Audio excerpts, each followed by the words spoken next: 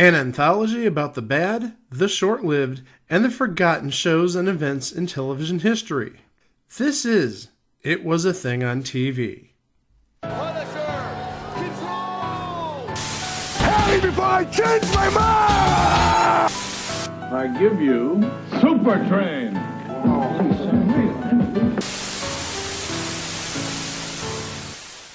Episode 391, submission number 217. The Flash. The Flash aired on CBS from September 20th, 1990 to May 18th, 1991 for 22 episodes. To be clear, that is 16 more than Uncle Croc's block and or the Hudson Brothers Razzle Dazzle show. Who taught you math? You 16 did. more? You said 22 episodes. Oh, sorry. Okay, so you meant 6. Yes. And you have a degree from an institution that passes out diplomas. You actually walked across the stage getting an undergraduate degree from an institution of higher learning, thinking that 22 minus 16 is 16. I was up all night last night. Give me a break. I had to work third shift. Anyway.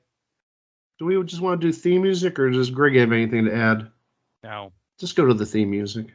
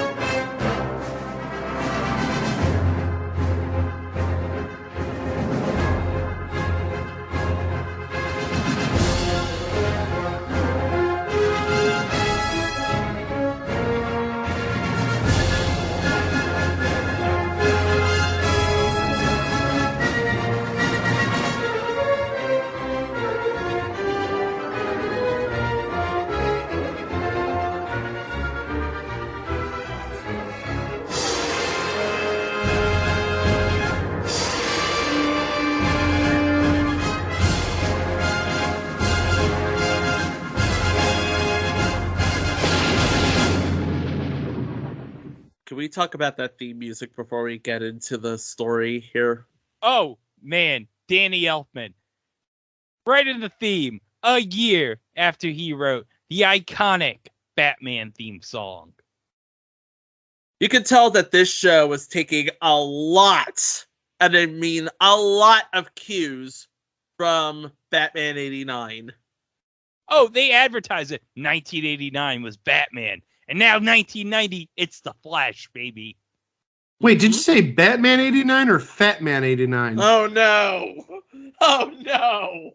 Well, Jake the Fat Man was going on this side, so it would be Fat Man 89. You've known me for a long time. I had an issue with cheese for about 23 years.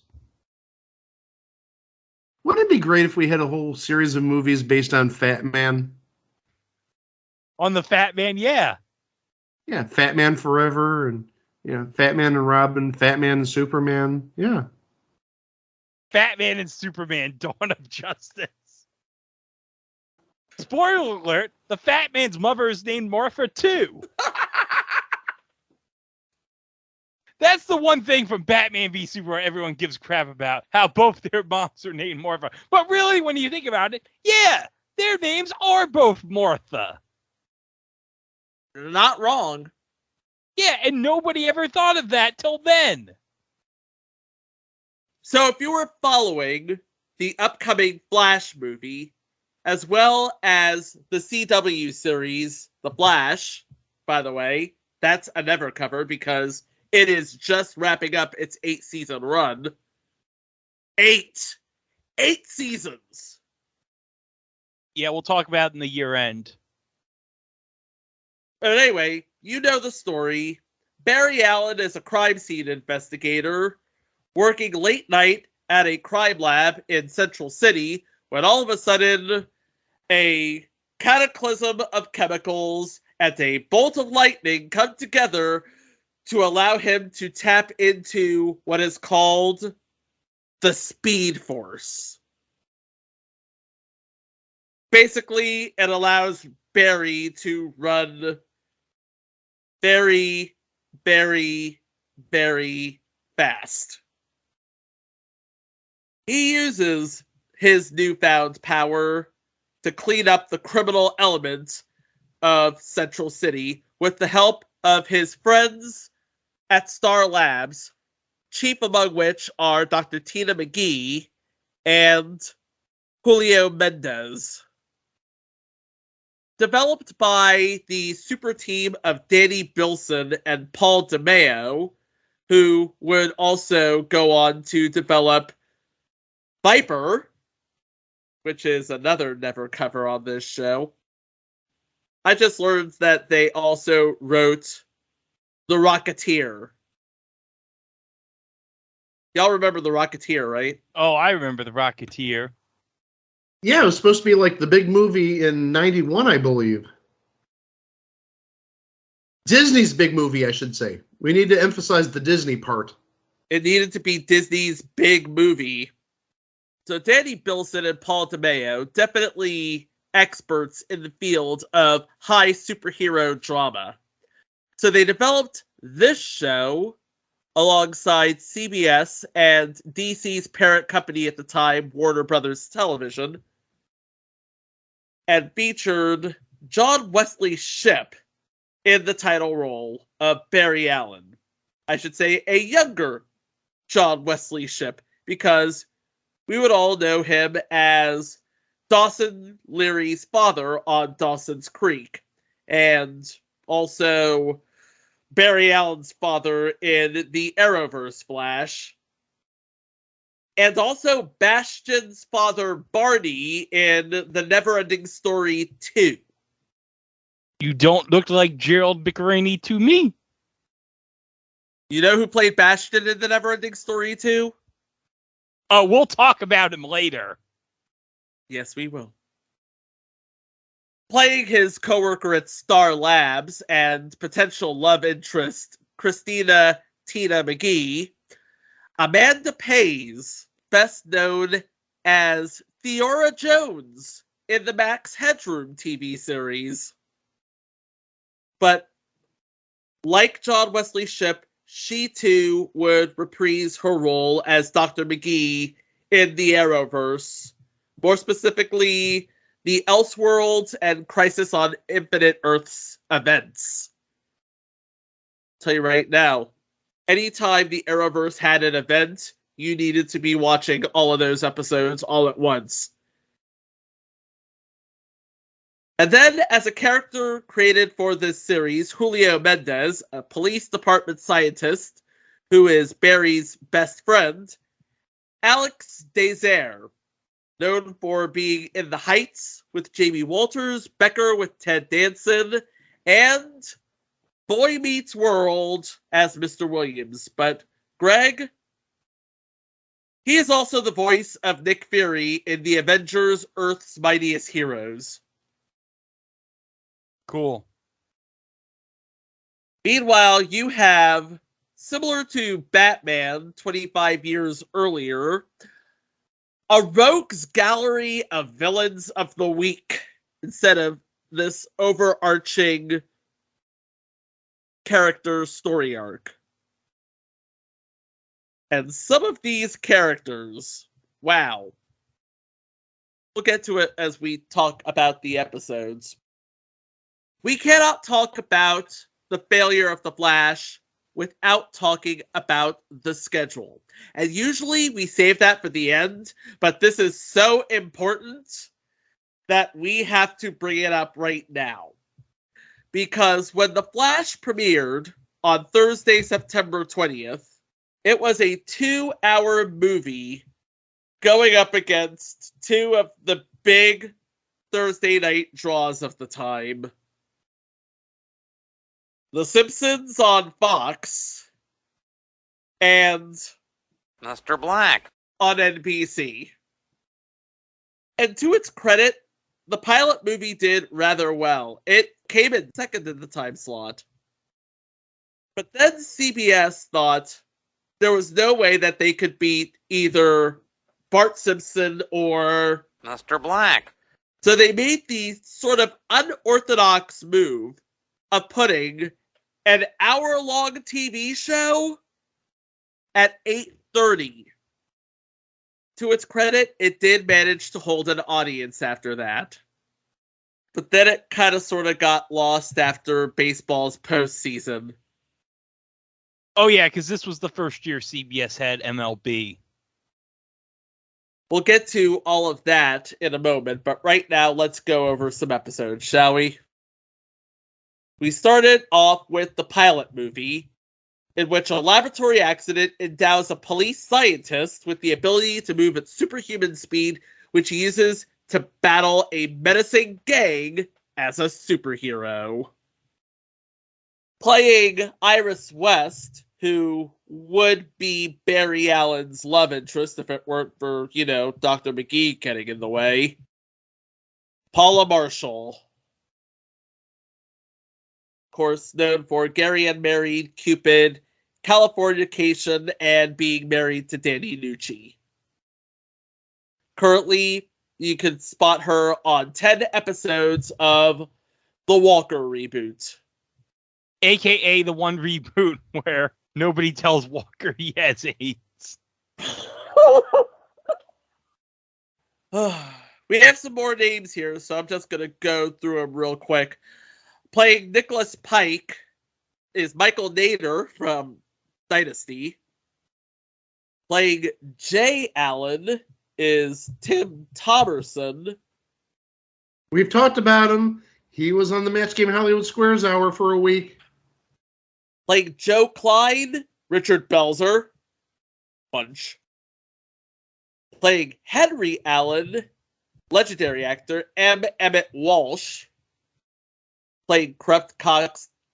Oh, jeez. His resume runs the gamut of corrupt cops, deadly crooks, and comedic roles. R.I.P. We lost him not that long ago.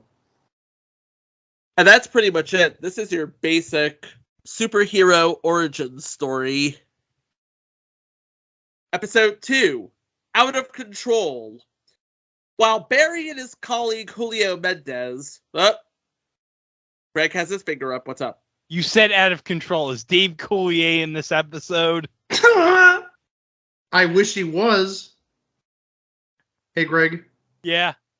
Dave Coulier. Yeah. Cut that out. Oh, jeez. Hold on, I need to issue an instant correction. Tim Thomerson plays Jay Allen, but is not his father, it's his brother. And he gets killed. What? By Nicholas Pike. Oh, that's terrible. Poor Yeah. Tim Thomerson. Tim Thomerson, we hardly knew ye. We still love you in The Wrong Guys, by the way. We do.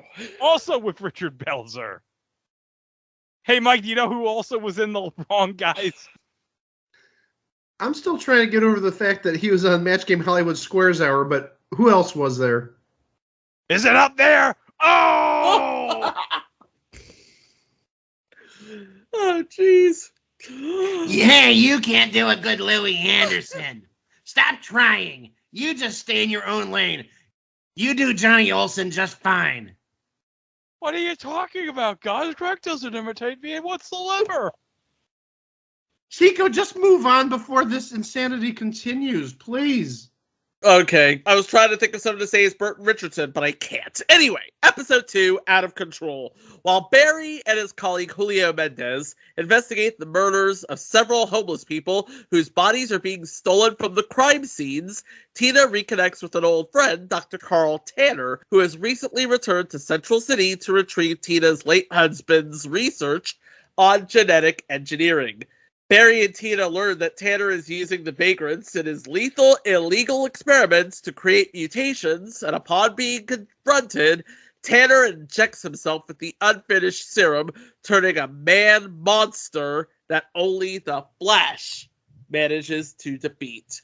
Playing Dr. Carl Tanner, a guy by the name of Stan Ivar, who is actually John Carter in Little House, The Last Farewell, and Mark Johnson on 4 episodes, Greg, of Star Trek Voyager.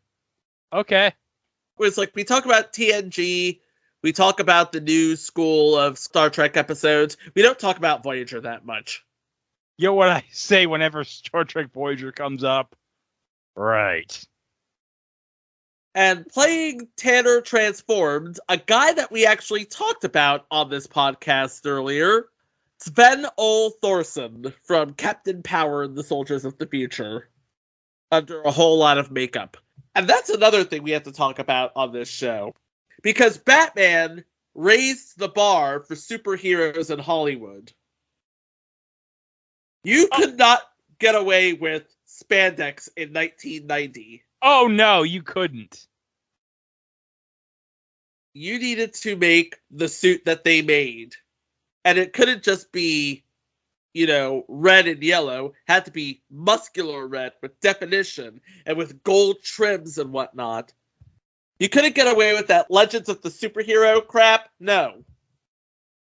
Nobody wants to see that crap in 1990 after Batman 89. Batman 89 raised the bar.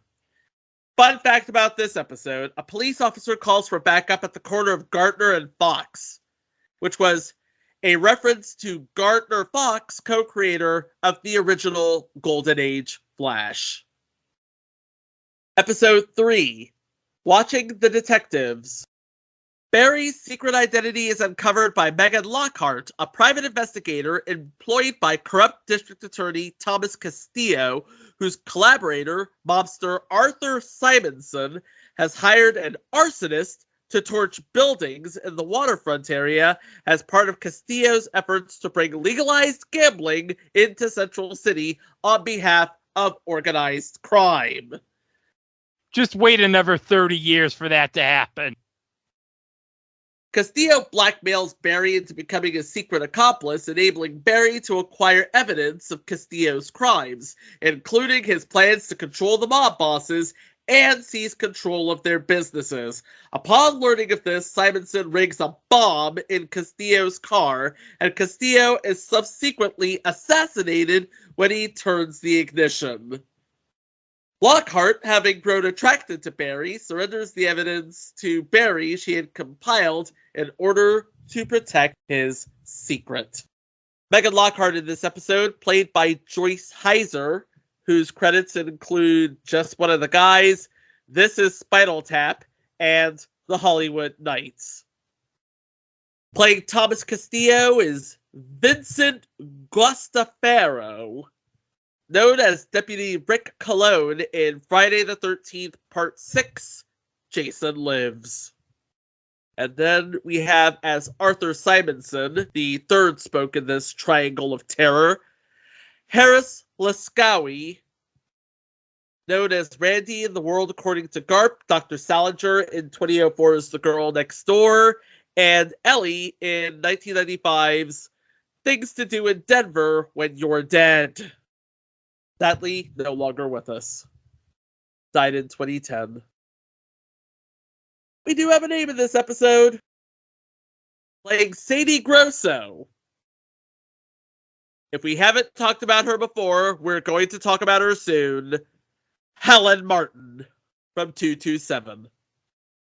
We've talked about Helen Martin in the past. She was Doris on an episode of Whiz Kids. That's one. And she was a housekeeper in an episode of Holmes and Yo-Yo. That's 2. And she was Laura in 6 episodes of That's My Mama. There you go. So maybe starting to build a case? Next episode, Honor Among Thieves.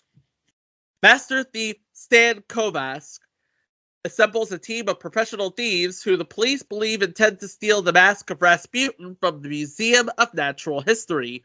While they are distracted guarding it, Kovacs masterminds a string of robberies across Central City, which are all foiled by the Flash, and in the process, Barry learns that Kovacs is using the other criminals as a diversion so his accomplice Celia Wayne can steal the relic from the museum's curator and Barry's mentor, Ted Preminger. The Flash catches up to Kovacs and Celia before they escape with the artifact and brings them to justice, ensuring that Preminger can finance the museum with the Rasputin mask exhibit. Playing Ted Preminger is Paul Linke, who was best known as an actor known for the original Parenthood movie in 1989 and the feel-good film of 2001, K-Pax. Oh, God, K-Pax. Hold on. There's a funny story about K-Pax, okay? Now, Bill Hader told a story. Now, you know Bill Hader, before he became known for SNL, he worked as a production assistant, right? Yeah. So he worked as a production assistant on K-Pax. And so his job on K-Pax was like during like the street scenes, like if like somebody was coming in from like another set, he'd say, hold. And then when the scene was done, they'd like walk on by and stuff from like the other studios or whatever when there was like a street scene going on. Well, in one of the scenes in K-Pax, he forgot to do that. And you can see two of the apes from the 2001 Planet of the Apes movie from Tim Burton on the street because Bill Hader forgot to say stop. He forgot to say hold. Hey, one more credit for Paul Link that definitely deserves mentioning. He was Officer Grossman on Chips. 116 episodes. Got to show some love to Chips besides Eric Estrada and Larry Wilcox.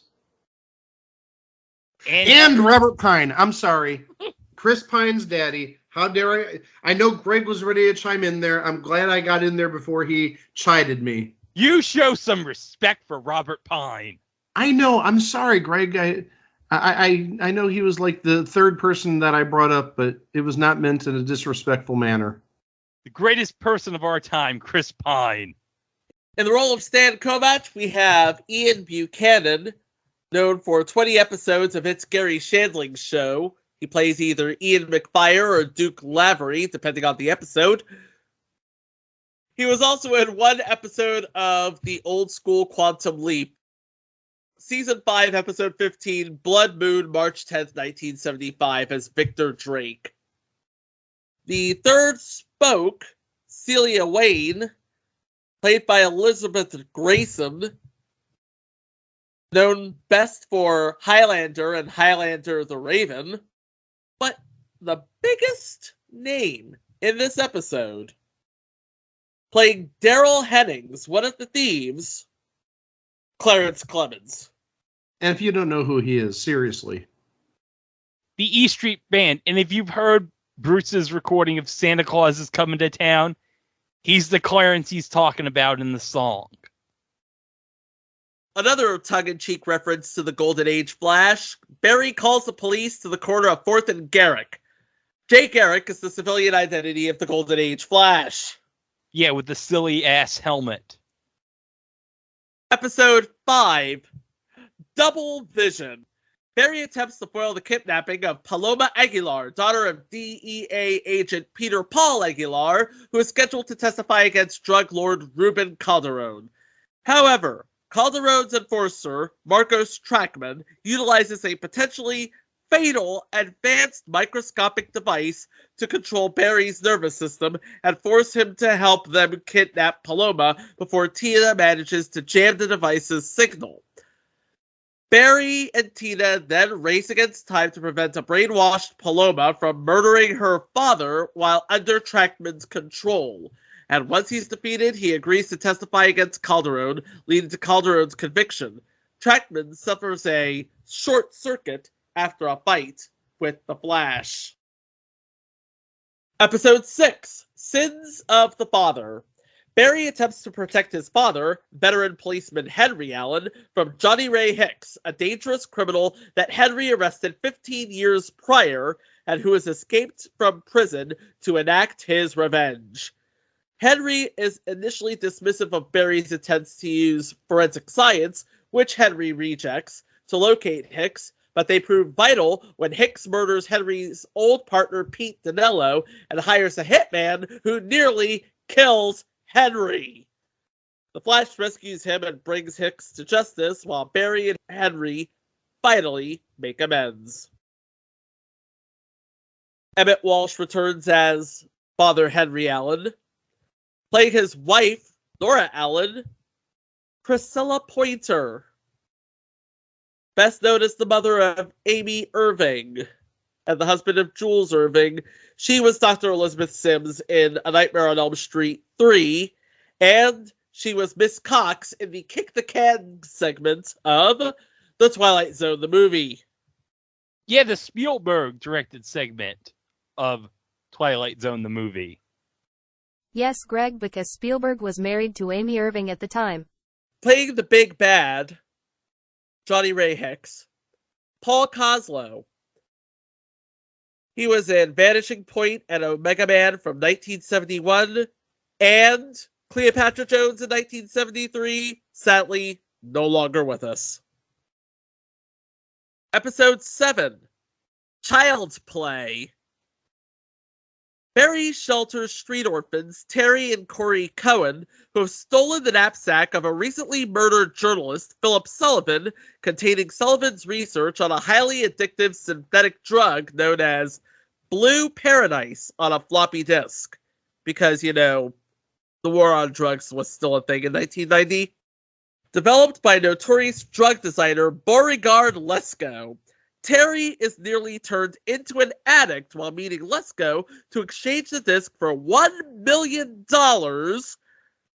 and Barry subsequently defeats Lesko and dismantles his operation before Blue Paradise can be unleashed in Central City, while Terry and Corey are adopted by Sullivan's widow, Joan. Playing Terry Cohen, we made a reference to him before, Jonathan Brandis. Bastion from The Neverending Story 2. Yeah. But let's be honest, we all remember him from Sequest. But also, let's not forget Ladybugs. Very sadly, Yeah. no longer with us. Yeah. But you know what? Ladybugs, let's be honest, what a great movie that is.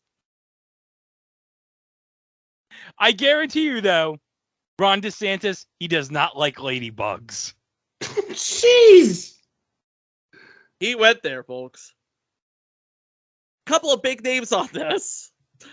Playing Osako, who I'm guessing is an enforcer on this episode, Mark Dacascos. The chairman on Iron Chef America. Wo Fat on Hawaii 5-0, spelled 5-0. And then we have a hippie guy played by Oh, God, this is hilarious. Adam West. For all we know, he could be playing Ty Lookwell. And if you didn't hear the Conan O'Brien Needs a Friend podcast where they've been doing the reading from the Hans and Franz movie the last month or so, they actually reference Lookwell in the last episode because I believe his agent, talking about Conan O'Brien, was the same person who handled Lookwell. And basically, the agent was shocked that Lookwell didn't sell and that the Hans and Franz movie got passed over, even though if you've been listening to this Hans and Franz movie, it's a little outrageous. It would actually maybe work nowadays in, like, I know Flash is dead, but as an animation of sorts. But there was actually a Lookwell reference in the last episode of the Hans and Franz movie script reading. But Mike, let's just remember, Arnold, he was born to play Lou Gehrig in the Pride of the Yankees remake. Seriously, if you have not listened to this on Conan O'Brien Needs a Friend, start at the beginning. It's 4 episodes. It'll take maybe 2.5 hours to listen to the entire thing. It is so absurd and so funny. I wish this was made, but I can understand why it was not made, both just common sense wise why it was not made, but also logistically why it was not made. Episode 8, Shroud of Death. Lieutenant Warren Garfield stonewalls Barry and Julio's efforts to locate a cloaked figure who is targeting individuals connected to the arrest and conviction of notorious anarchist Jefferson Zacharias, who was executed after having been given the death penalty. Barry realizes Garfield was the arresting officer, just as Garfield's fiancée, Mavis, is critically injured by the killer, revealed to be Zacharias' daughter, Angel, who then lures Garfield into a trap. The Flash intervenes, saves Garfield's fiancée, and then prevents Garfield from killing her in revenge. Garfield then marries Mavis. By the way, Garfield is a recurring character on this show. He's played by Mike Genovese. Just so you know, Mike Genovese, best known for Point Break, Thief, Risky Business, and being in 17 episodes of this show. And apologies on the last name. It's probably Genovese, not Genovese. Mavis in this episode, played by Lenore Kasdorf, who was Casper Van Dien's mama in Starship Troopers. An ISN reporter in 3 episodes of Babylon 5. And Lauren in 1 episode of Star Trek The Next Generation called Attached from Season 7. One more name to add, playing Jack Callahan in this episode, is Walter Olkowicz. I mentioned him for a couple of reasons. One, for Greg. He played Jean-Michel Renaud on Twin Peaks, the Showtime revival from 6 years ago. But he's like that guy from that thing. We've talked about it in the past, actually, because he was on an episode of I Had Three Wives, and he was on an episode of The Duck Factory. We have one more name in this episode, playing Mrs. Foster, the wife of the judge Malcolm Foster, Marguerite Ray. We talked about her when we talked about Sanford in our Into the Sanford-verse episodes. Episode 9. Ghost in the Machine. In 1955, Central City's guardian was Desmond Powell, who fought crime as the Nightshade.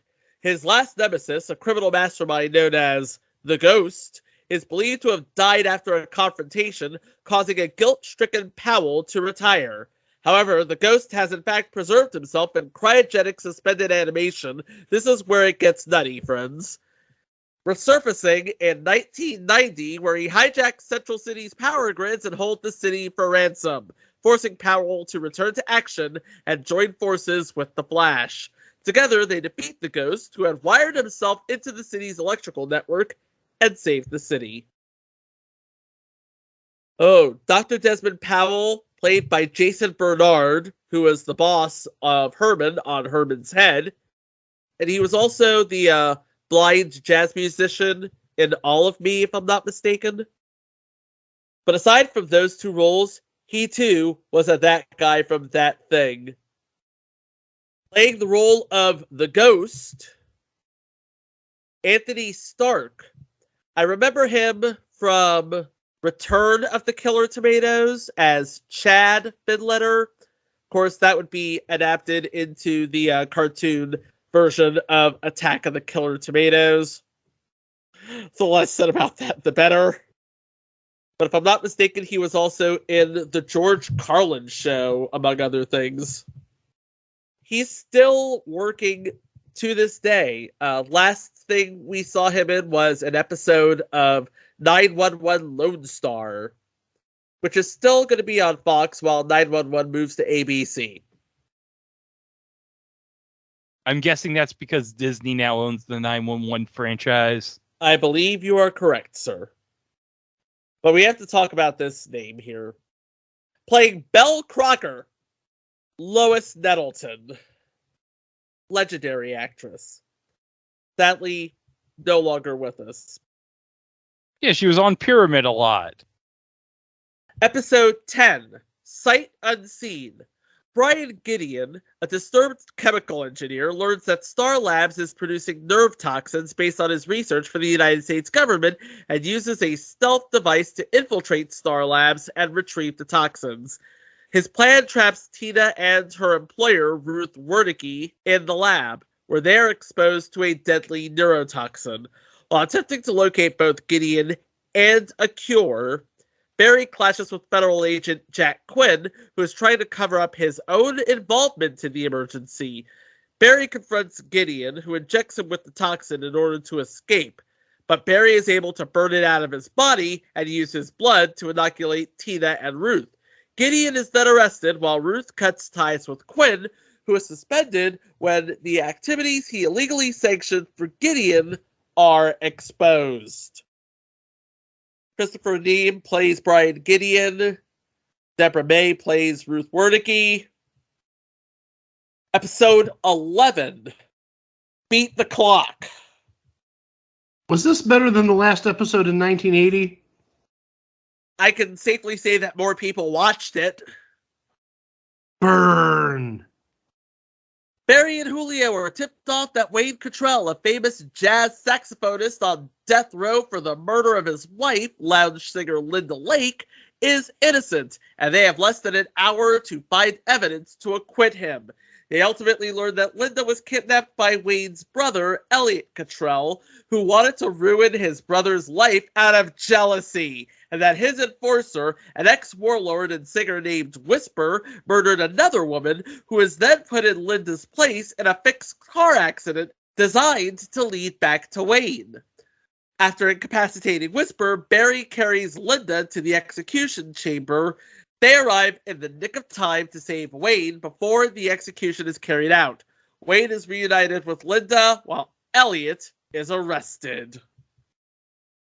Wayne Cottrell, played by J. Arlen Jones, known for The Patriots in 2000 and less known for being one of the movers in Twins, but playing Linda Lake, Angela Bassett. Talk about Katherine Jackson in The Jacksons and American Dream. Talking about the late, great Tina Turner and What's Love Got to Do with It. Talking about 911, where she is still there right now. So yeah, she has done it all. Couple more known names. Playing Elliot Cottrell, Thomas Michael Ford from Martin and New York Undercover. And playing Whisper, Ken Foray. You know him best as Keenan's dad on Keenan and Kel. Oh, yes, that's terrific. Keenan's dad on Keenan and Kel. By the way, Good Burger 2, filming right now. Episode 12, The Trickster. James Jesse, a serial killer with multiple personalities, becomes obsessed with Megan Lockhart, who had been investigating his activities, and attempts to kidnap her, but she is rescued by the Flash. Believing them to be romantically involved, Jesse adopts the identity of the Trickster and begins tormenting the Flash and terrorizing the city. The Flash ultimately lures Jesse into a fight at the police's costume ball, where he's finally caught and arrested. And despite Barry and Megan becoming previously involved, she decides to leave Central City and ends their relationship. The Trickster, in this version of the DC multiverse, is played by the legendary Mark Hamill. Gloria Rubin from ER plays the role of Sabrina, which is a recurring role on this series. Playing Jim Klein, friend of the show, Timothy Stack. Yes! Wait a minute. Let's not say friend of the show. He is Show Hall of Famer Timothy Stack, who gave us a mention on Twitter once. And don't think we're not grateful for that. Oh, we're grateful for that, and Son of the Beach, and the Outburst CD-ROM game from 1998. And Nightstand. Hello, Nightstand. Of course, Nightstand. But mainly Son of the Beach. The last episode of the Front End Order, episode 13, Tina, is that you? Barry becomes plagued with nightmares and cannot sleep normally due to his double life as the Flash. In an attempt to help Barry sleep again, a biofeedback experiment gone awry causes Tina to develop a malevolent personality, and after the accidental death of the leader of an all-female gang called the Black Rose, she seizes control of the gang. When Barry foils their latest robbery, Tina decides to lure Barry into a trap and kill him and a blind date he was with. But Barry manages to escape, prevent Tina from leaving town with the gang, and leaving the Black Rose and a tattoo parlor owner known as Big Ed, who is hiding them for the police. Barry takes Tina back to Star Labs and using the biofeedback device to restore her to normal. We have, again, returning as Joe Klein, Richard Belzer, Munch, and playing the role of Big Ed, John Santucci, known for his role as Polly Taglia in Future Entry Crime Story, and playing 3 different roles in 3 different episodes of Miami Vice. But he was also in the All the King's Men segment in something called Mother Goose Rock and Rhyme. The hell?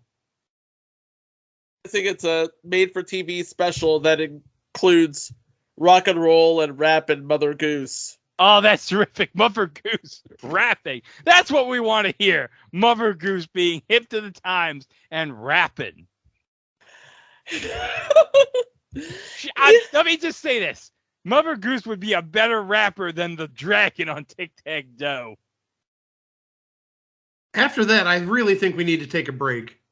Yeah, because we've gotten through the front end, and ratings were good enough to order the back end, and we'll talk about the back end right after these era-appropriate commercials. After these messages, we'll be right back. A criminal prosecutor must lose a case. The lady's taking a dive. To save her kidnapped child. He says he's going to kill my baby. Jake and the Fat Man, Wednesday. Someone should talk to you about how much time you spend on the phone, and who you talk to, and when and where. A Sprint representative can easily help you select a savings plan for your personal calling needs, and Sprint has better overall savings than AT&T. So there's a plan that's perfect for you, unless, of course, you're a teenager. I can't believe it. No one's invented the perfect plan for that.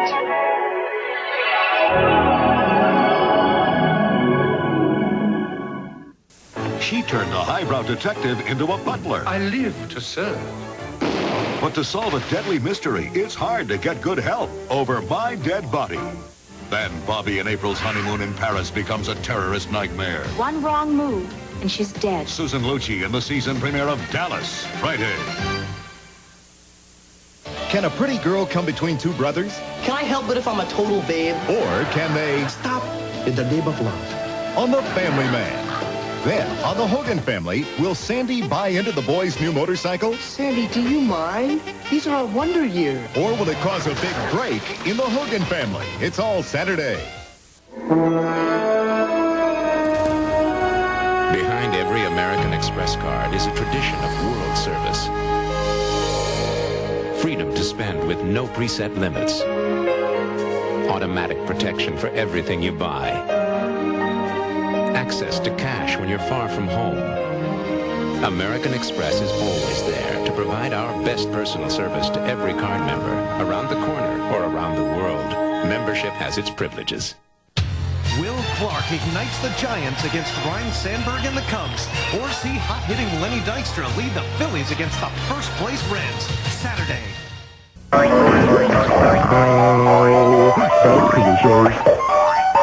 Welcome back. As we discussed before the break, ratings for The Flash, the first 13 episodes at least, were good enough that CBS did a back-end order for the rest of the season. Despite, trailing out after CBS's coverage of baseball's postseason. You dodge Bill, you dodge Bart, good things happen apparently. So let's go to the back order here. Episode 14. Be My Baby. Barry crosses paths with Stacy Dubek, the daughter of Nobel Prize-winning academics, and her young daughter Lily, who are fleeing Lily's father, mobster Philip Moses, who wants the child as his heir. After the Flash prevents Moses from kidnapping Lily, Garfield attempts to use her in a sting operation to lure Moses into a trap. But Moses is tipped off by a man in the police force and manages to escape with Lily. The Flash chases him to an abandoned airfield and prevents him from leaving Central City, and Moses is arrested while Stacy and Lily are reunited and decide to stay in Central City. Playing Philip Moses, Bryan Cranston, who is known for playing the dad Hal on Malcolm in the Middle, playing the voice of Snizzard on Mighty Morphin Power Rangers, and literally nothing else. That's not true, because he played Jerry's dentist on Seinfeld. Of course, I forgot about that. Who converted to Judaism just for the jokes. I totally forgot about that. Oh yeah, something about the drug dealer on AMC. I forgot what the name of the show was. Oh, and he's going to be on this season of It's Always Sunny. Nice. Episode 15. Fast forward. Nicholas Pike is released from prison on a technicality. Uh-oh. And attempts to use a missile to kill the Flash, instead transporting him 10 years into the future to the year 2001, where Barry's secret identity has been exposed and Pike has conquered the now dystopian city. Aided by his old friends, Barry regains his speed and manages to return to the past, capturing Pike once again and saving the city. Yeah, we explore one of the Flash's little-known superpowers. Apparently, tapping into the Speed Force gives you the ability to travel in time. You can go back and watch the 2014 series where Barry travels in time numerous times and meets his past self numerous times. I think there's actually a supercut on YouTube where Barry meets his past self. I know there's a clip from The Flash where he meets Ezra Miller. Michael Nader returns as Big Bat Nicholas Pike in this episode. We also have the return of Richard Belzer, Gloria Rubin, and that's it, really. Because Robert O'Reilly as Victor Kelso wasn't in any of previous episodes. But of course, Robert O'Reilly, known primarily as Gowron in Star Trek The Next Generation. Greg knows what I'm talking about. Yep. Episode 16, Deadly Nightshade. Philanthropist Curtis Bohannon, son of Derek Bohannon, a mobster fought by the Nightshade in the 1950s, becomes a copycat vigilante known as the Deadly Nightshade. Really original. He employs lethal force in his crusade against crime. Garfield has sent evidence that Powell, an old friend of his, is the Nightshade and arrests him, only for Powell to be kidnapped by Bohannon, who wants Powell to join him. Barry locates them, and Powell saves Barry from Bohannon, who is armed with an accelerated exoskeleton suit. Going big, folks. Powell then decides to reveal his secret identity to the world. Curtis Bohannon as the Deadly Nightshade, played by Richard Burgi from 24, among other things. Playing the role of Rebecca Frost, Denise Crosby. That's right. Tasha Yar in the first season of Star Trek The Next Generation. Unlike Pulaski, she did not die in an elevator shaft. She died getting, killed by goo or something, right? Killed by animate sentient goo. At least Pulaski's death on L.A. Law was hilarious. Roll the clip! I really don't want to talk about it.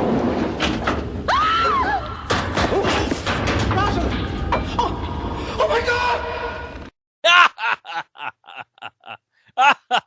I could live to be 100 years old, and that will never stop being funny.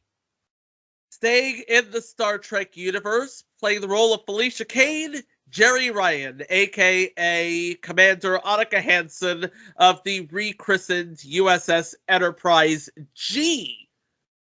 She lives through season 3 of Star Trek Picard and gets command of... Actually, no, she's the captain. Commander. She's the captain.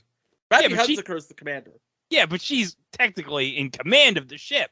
Yes. By the way, the Titan, which was used as the main ship of the season, is rechristened as the Enterprise G, and Jack Crusher joins the crew. Here's the big spoiler, setting up for future entries into the Star Trek universe. Jack Crusher meets Q for the first time. That's terrific. That is also terrific. Hey, did I ever mention that I went to college with Q's kid? You mention all the damn time. Oh, did you know I went to college with John Delancey's son? Yeah, we all know this. That's not quite as legendary as your love for Wings, by the way. Just saying. No, because as we established, what is it now? 91 episodes ago, for the first time ever, I loved Wings. Okay, so by this time, CBS was pretty much doing respectably well with The Flash, and they wanted it to lead off a Saturday night lineup. Get it totally away from that Thursday night traffic jam. Because, you know, as good as The Flash is, it cannot beat A Different World, especially in 1990 when the show was really finding itself. So they move it to Saturday. And this was one of the first, if not the first, episode to air on Saturday. Captain Cold. Mobster Jimmy Swain employs hitman Leonard Winters, also known as Captain Cold, for his weapon of choice, a nuclear-powered freeze ray, to eliminate his competitors, and then the Flash. Barry's investigation is hampered by Terry Cronenberg, a tabloid reporter for the National Inquisitor. After killing Swain for firing him after his failure to kill the Flash in the first attempt, Winter nearly kills Barry after Cronenberg gets in the middle of them during a confrontation. Winters is caught by the Flash after he attempts to kill her in her apartment. Winters later escapes prison and lures the Flash into a trap hell-bent on completing his contract out of honor, but Barry outsmarts him due to a device that preserves his body heat and diverts Winters' beam against him, encasing Winters in ice. Michael Champion plays the role of Winters, aka Captain Cold.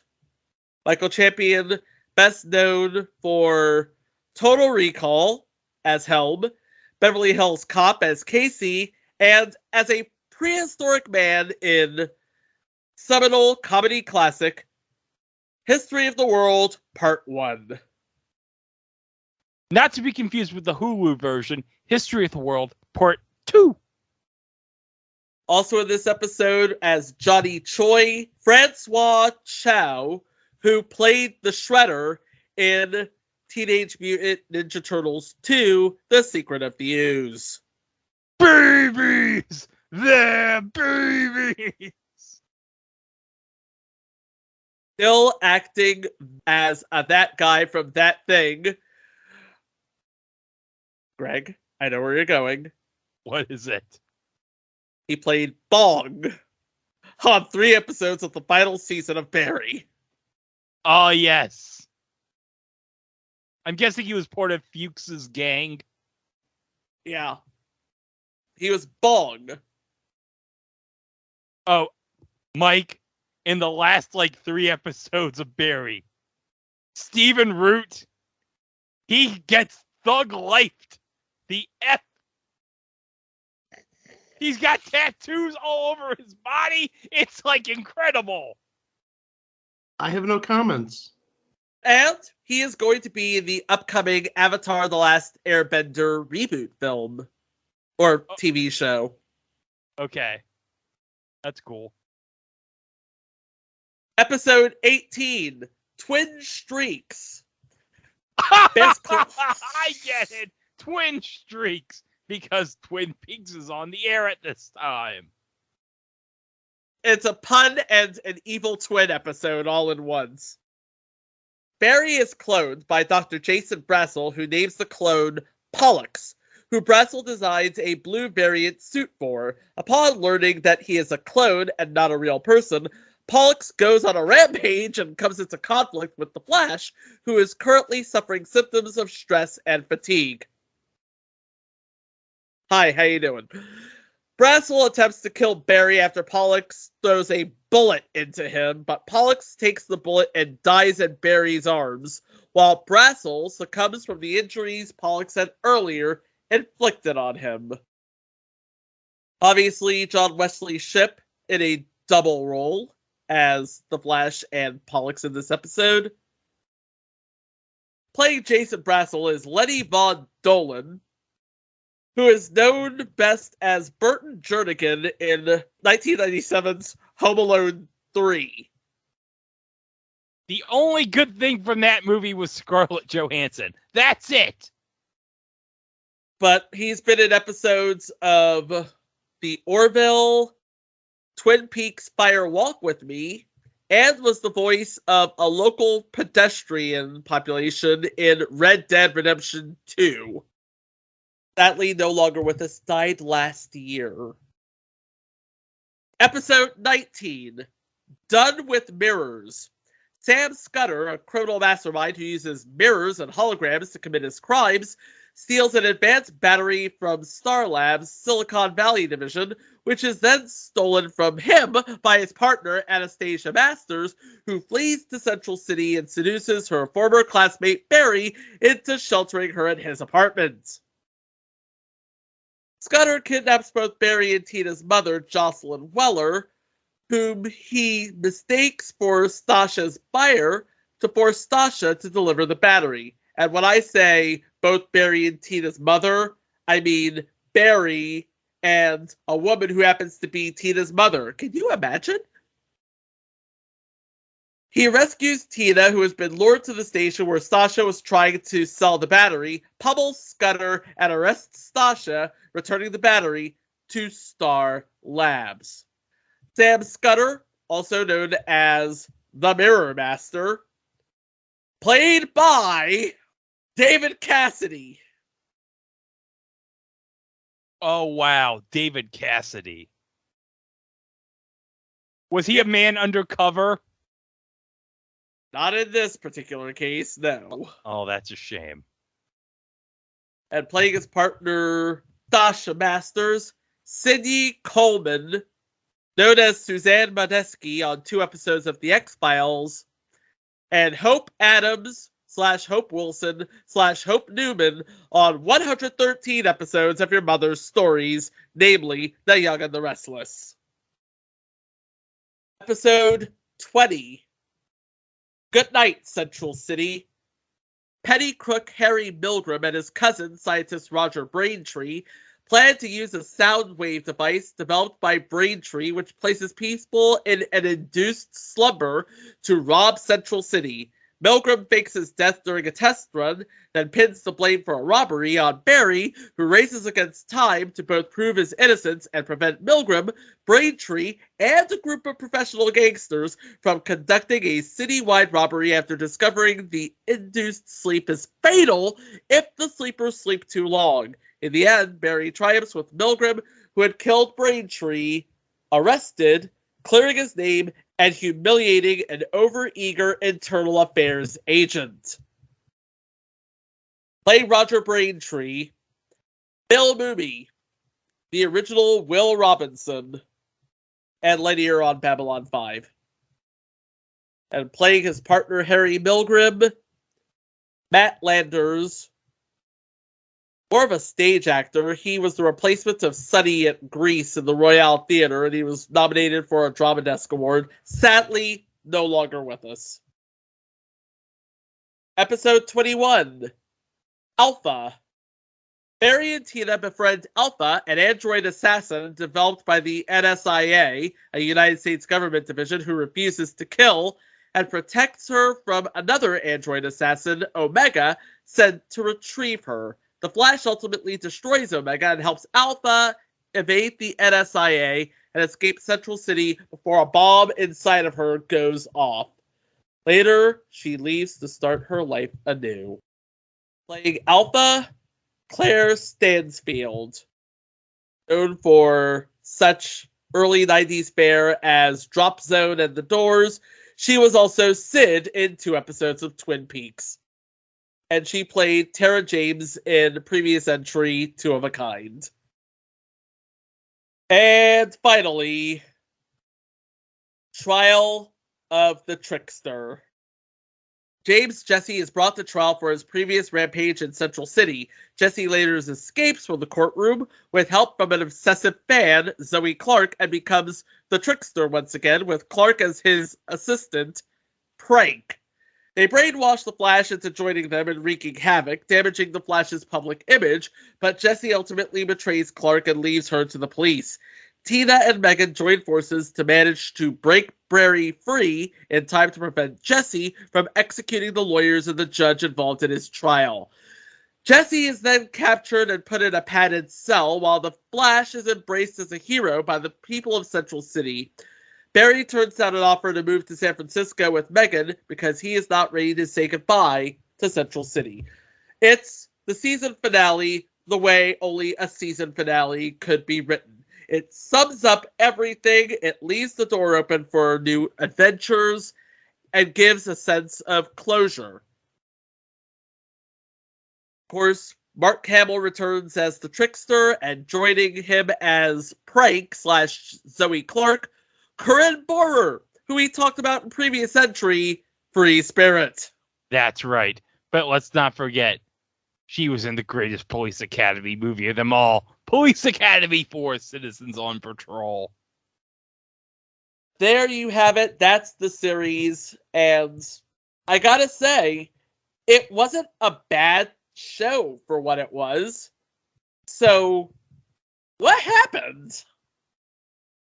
Well, we mentioned it went up against The Simpsons and the Mr. Black show. And then they moved it to Saturdays in hopes of propping up their lagging Saturday night lineup. Unfortunately, it was up against The Young Writers on ABC and Amen and Down Home on NBC. Oh, no, not winning that. So chalk it up to CBS making a really, really, really bad move there. But this would not be the end of Barry Allen as the Flash, because he would return in the Arrowverse as the Flash from Earth 90, because this show was... Yeah, we get it. It was taped in 1990. Also returning for the 2014 Flash would be Dr. McGee and Amanda Pays, and Mark Hamill's Trickster. So yeah, this version of The Flash had a legacy. Yeah, and if you want to watch all of the episodes of The Flash, they did release the complete series on DVD a while back. Still up for sale on Amazon, or if you can't be bothered with the cumbersomeness of physical media, you can buy it on Prime Video to stream at your leisure. But did you know they actually released the pilot as a movie, and then they edited 4 episodes into 2 sequels? Yes, I did. I remember these at the video store back in the day. They released all 3 on VHS, The Flash 2, Revenge of the Trickster, and The Flash 3, Deadly Nightshade. Only the 2-hour pilot film would get a Laserdisc release.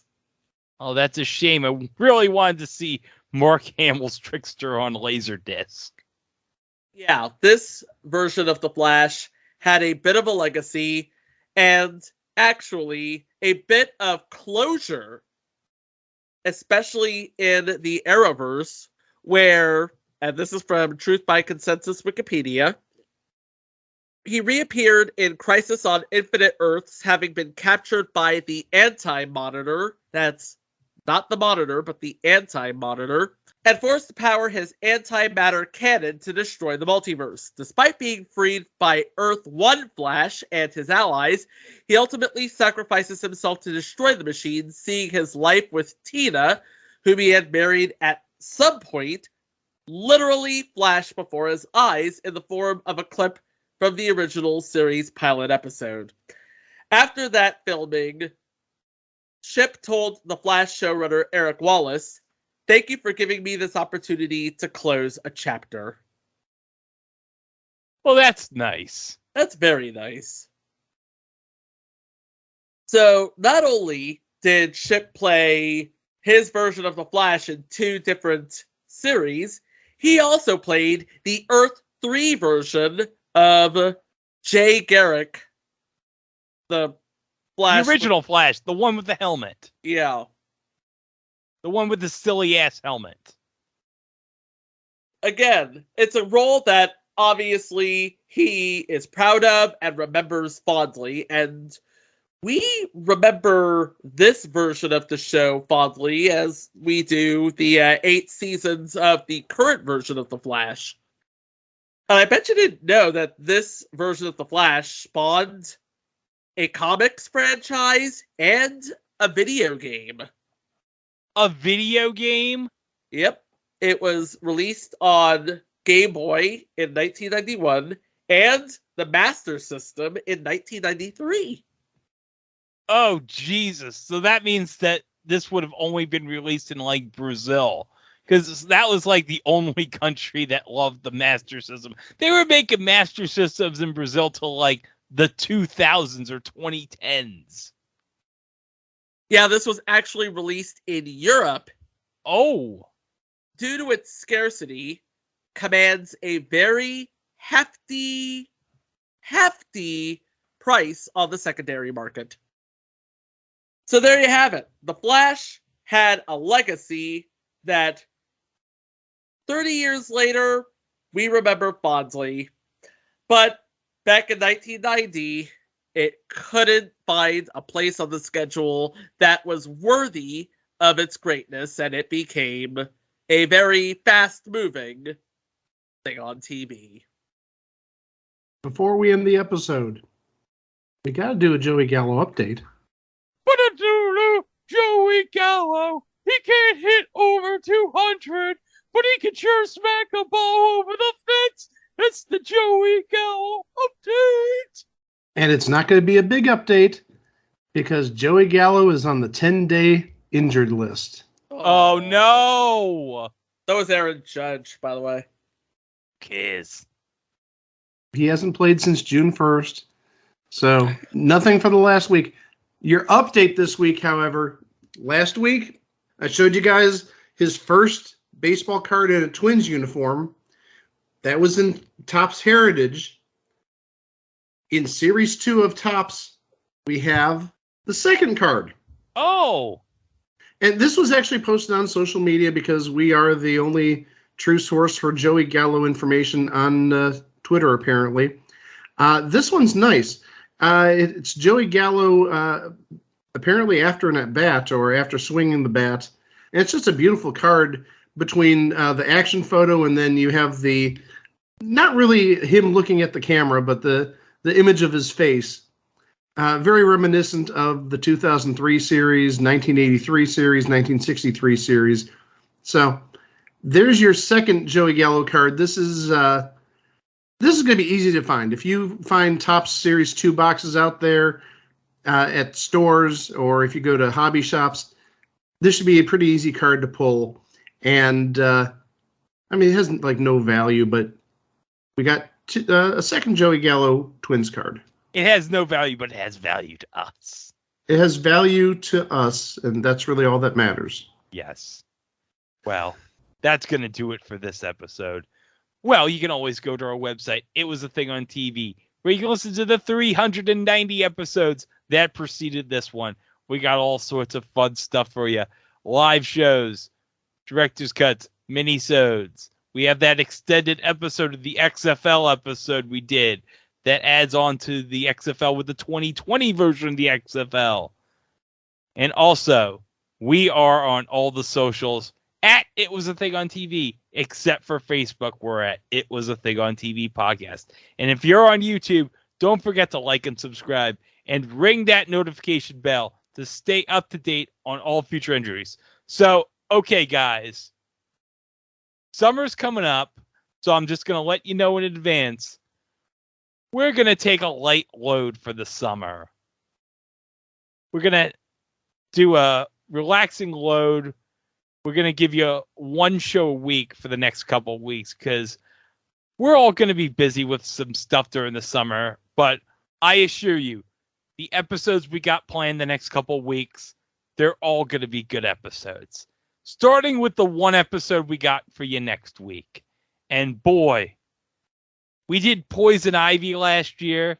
And let me tell you, this is the follow-up to that for us. And the spiritual follow-up. The spiritual follow-up. And let me just say, the cast in this, an all-star cast for 1990, 1991. We are returning to camp next time, right here on It Was a Thing on TV. For Greg, for Mike, I'm Chico. Thank you ever so much for listening. Please be kind to each other, and we will see you for the next one. Growl! You need to get to each of us. I mean, the Speed Force is infinite. I could never know where to begin to look. Remember, Barry, memories and connections you need to consider our greatest victories, our most crushing defeats, the moments when the bonds between us were forged. When the bonds were forged. Now do this, Barry. Because you have to.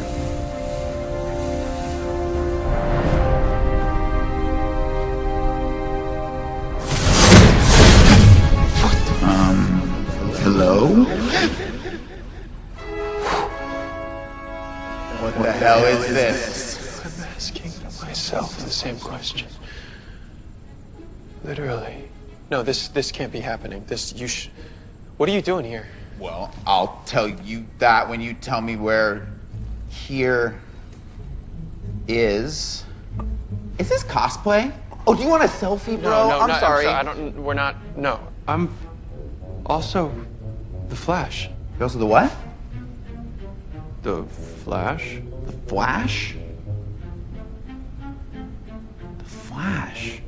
It's complicated. I like your outfit. It seems comfy. Yours is pretty cool. Smooth. Seems safe and breathable. Found Barry Allen. No! What does that mean? How can this... This should be impossible now. It should be impossible now? You don't know about the... Oh my god, don't do this to me. I don't know about the what. You okay? I told Victor this was possible.